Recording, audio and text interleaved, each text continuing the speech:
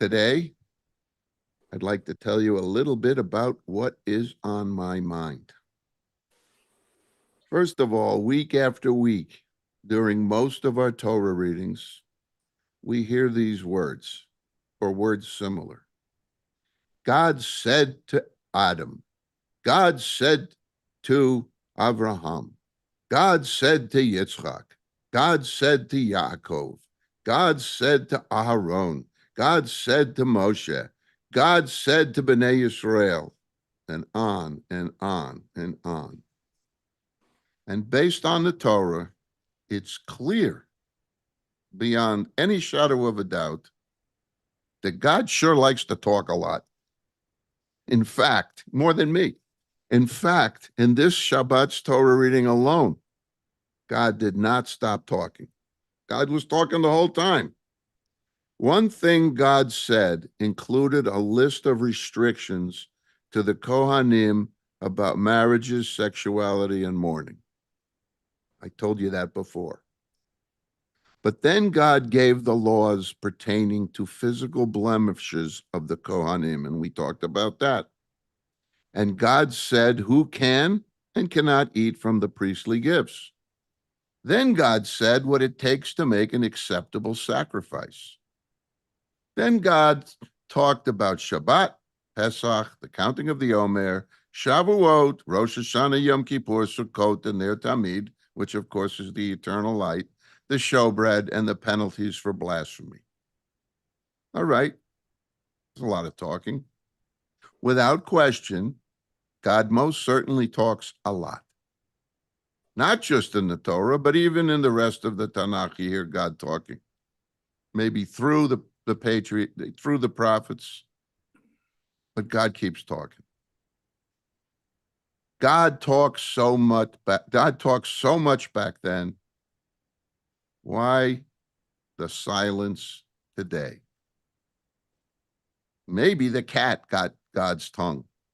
After all, God created cats. Maybe the cat got his tongue.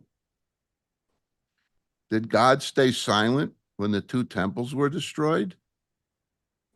Did God stay silent during the Inquisition, the Crusades, the pogroms, the Shoah, October 7th? Did God say anything? Did you hear God? I find that God stayed silent during these tragic events extremely hard to believe. How could God stay silent? God even had to speak to create the world. God said, let there be light. Vayehi or. Let there be light. No, God could never stop talking because that is how God makes things happen. And what happened probably is we have stopped listening. Did anyone ever really hear the voice of God? Did Adam or Noah? Did the people at Bavel? Did Abraham, Yitzchak, Yaakov, Moshe, Sarah, Rivka, Leah, Miriam, Dinah, Ruth, Esther? Did any of them hear anything? Did anyone ever really hear God? In fact, this begs the question, what does it mean to hear the voice of God? You know, as it turns out, there is a key word in today's Torah reading, in this Shabbat's Torah reading. And it's used to help us answer that question. I got a little problem with the word, though. It's supposed to help us. But the word that's being used makes the answer as clear as mud.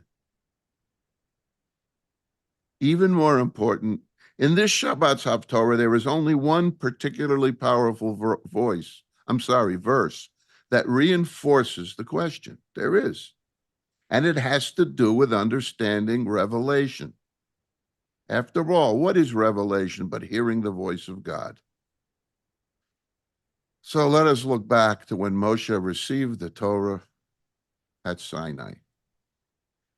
After 3 days of preparing for something to occur on that mountain, which of course Mount Sinai is not exactly a very big mountain. It's kind of making a mountain out of a molehill here, but it's a mountain nevertheless. But for 3 days they prepared. And Moshe gathered the people together at the foot of the mountain. You remember what happened? If you don't, let me refresh your memory. The summit became engulfed in a furious storm of lightning, clouds, and thunder. The whole mountain trembled violently from the earthquakes. Then, just as Moshe began to speak to God, it says in the Torah, the blare of the sound of the shofar grew louder and louder as Moshe spoke, and then it says God answered him. This is interesting, right? God could hear Moshe over the blast of the shofar and the thunder and the this and the that and the shaking and the. Can you imagine the amount of noise there must have been? And it kept increasing in volume. It didn't get softer. It kept getting louder and louder and louder as Moshe spoke. It would not be incorrect to ask what Moshe might have been saying to God at the moment. But you know what? That's absolutely not relevant to what we're talking about. Moshe talks, God listens. Does God do what Moshe says? Sometimes. But does Moshe do what God says? Yes. So Moshe's talking, God's listening, and then we're told that God answered Moshe with the Hebrew word call. In English, spell it K-O-L, but call. What does that word mean? Call. It means voice. You have seen Jewish publications that are called Call Something or Another, the voice of Beit Yisrael or the voice of Hadassah or call whatever. But it doesn't only mean voice. It means thunder and it means sound. But it means voice, thunder, or sound. Maybe that helps you, but I'm more confused now than I was before we got that answer. We know that while Moshe was talking to God, his voice was being drowned out by the sound of the shofar, the thunder, and all those other sounds. We know that, let alone the nerve-wracking experience the Bnei Israel was experiencing as the ground was shaking with all this noise and all the lightning. Oh, my God. Can you imagine? So we kind of are left wondering exactly what Moshe and Bnei Israel actually heard. It's a good question. Many scholars teach that they heard the sound of thunder. Well, we know that. It says so. But they teach that the sound of thunder is like hearing God's voice. If we believe King David Melech Israel, David the king of Israel, he wrote in Psalms 18, verse 14, that the Lord thundered from heaven. In other words, King David feels that thunder is the voice of God. So he and those scholars are in a total agreement on this. But from this, we learn that we need to develop the ability to hear God from deep within the sound that everyone else hears as mere thunder. How do you do that? That is what the psalmist heard. That is what Moshe heard. That is what the prophets heard. And that is what all of us hear when we hear the sound of thunder. We're hearing the source of the voice of God. Do we know that? We should. Tells us that. But at Sinai, Moshe and Bnei Israel jointly heard the sound of this loud thunder. In fact, it doesn't take much of an imagination for us to view ourselves at the foot of the mountain experiencing this awesome scene. And if you don't have such an imagination, Cecil B. DeMille did. All you got to do is watch the movie.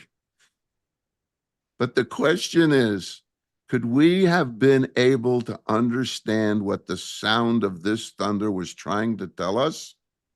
Would we have heard the words of those 10 statements coming from within the thunder as Moshe did? Moshe heard them. We don't know, and we doubt that the children of Israel understood them. Moshe understood the voice of God coming from within the thunder. We know that. It says that. So what did everyone else take away from this experience who was there? Well, I kind of like what Isaiah says in chapter 6, verses 9 and 10. He says, hear again and again, but without understanding. Look again and again, but without perceiving. Dull this people's mind, stop its ears, and cloud its eyes. Or it may see with its eyes and hear with its ears and understand with its mind. That's quite powerful, actually. But in short, what does it mean? Isaiah was saying that Bnei Israel failed to understand both the meaning and the message of the voice of God. To them, you know what they heard? Thunder and noise. But why is that?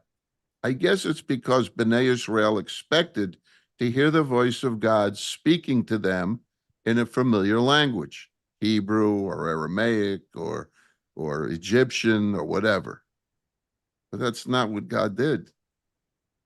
Maybe that's why they did not hear God's voice. They didn't understand the language within the thunder.